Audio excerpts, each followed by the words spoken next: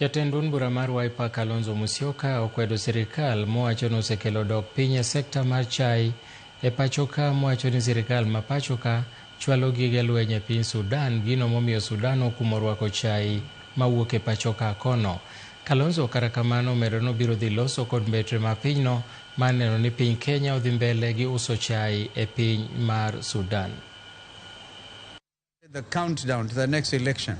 This is why my tone will definitely be changing on a daily basis to make William Ruto one term, because he doesn't deserve a second term if he can ruin our tea industry the way he has done it. As we build the case for the practical production-led recovery that this country needs, I will keep engaging, I will keep listening, and I'll keep pressing Kenya's case wherever it needs to be pressed.